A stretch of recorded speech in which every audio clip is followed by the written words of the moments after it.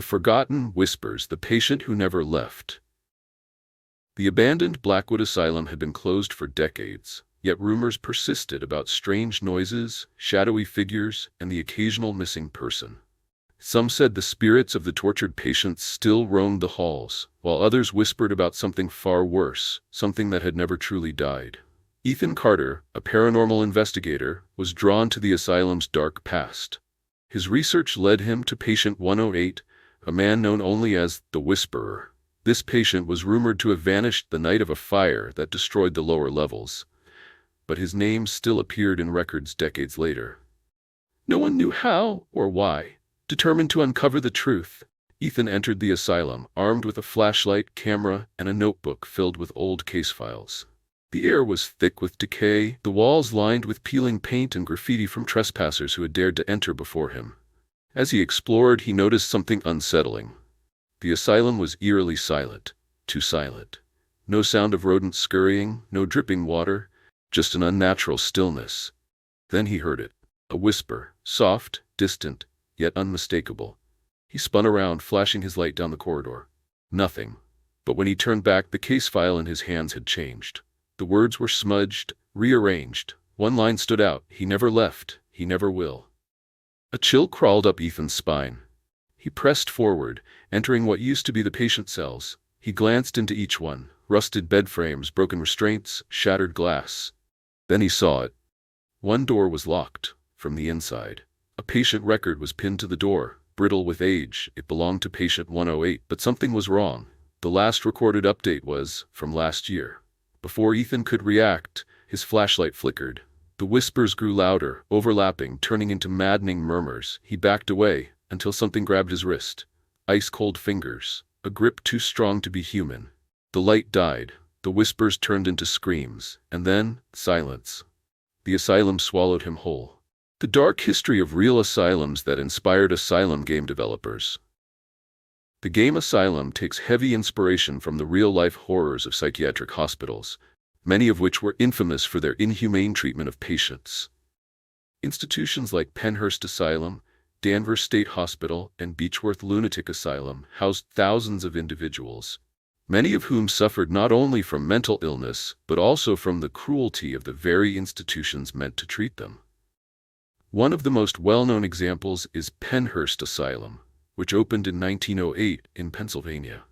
Originally intended as a safe haven for individuals with mental and physical disabilities, Pennhurst quickly became overcrowded and understaffed. Reports of abuse began surfacing as early as the 1940s, with patients being kept in filthy conditions, restrained for extended periods, and subjected to brutal punishments. A documentary in the 1960s, Suffer the Little Children, exposed the asylum's horrific reality, leading to its eventual closure in 1987.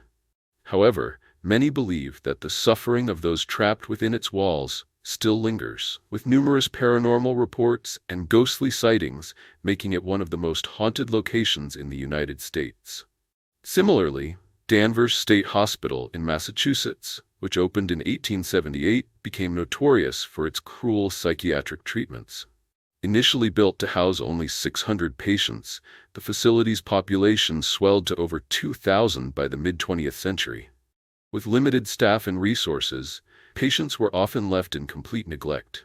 Lobotomies, electroshock therapy, and physical restraints became common treatments, turning Danvers into a place of terror rather than healing.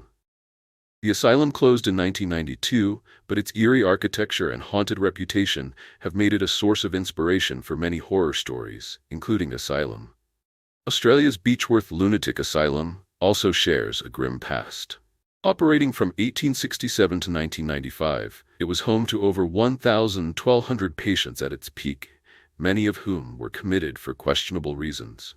During its operation, treatments included isolation, restraint chairs, and experimental medical procedures. More than 9,000 patients died within its walls, and many were buried in unmarked graves. Paranormal investigators have since reported ghostly voices, shadowy figures, and unexplained movements, adding to its terrifying legacy. Another infamous institution is Waverly Hills Sanatorium in Kentucky.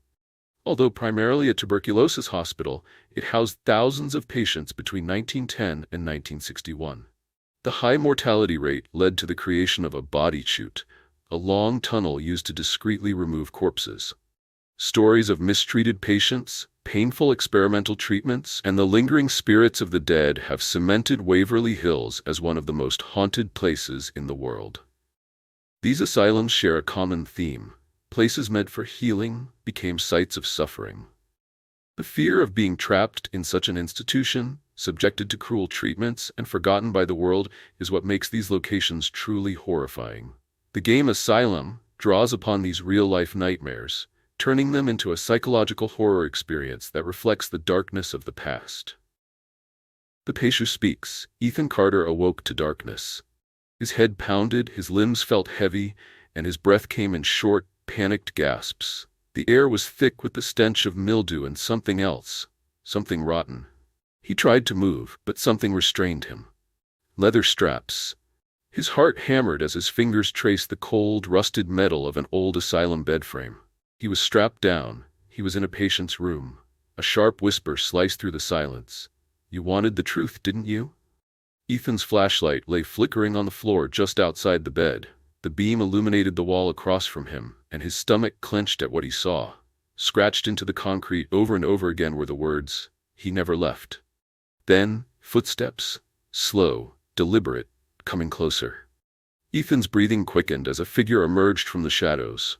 It was tall, unnaturally thin, its body wrapped in a decayed, blood-stained asylum gown. Its face? No, there was no face. Just wrinkled, leathery skin stretched tight where eyes and a mouth should be. But the whispers came from it.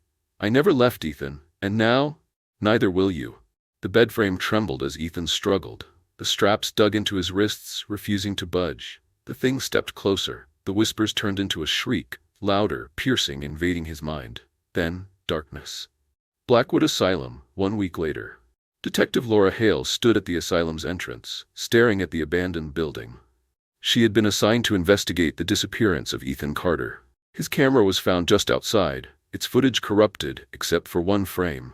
She frowned, adjusting her gloves as she examined the image. It was of Ethan, strapped to a bed, but behind him, barely visible in the shadows, was something watching. A whisper brushed against her ear. "He never left." She spun around. The door to the asylum stood open. Waiting. The end.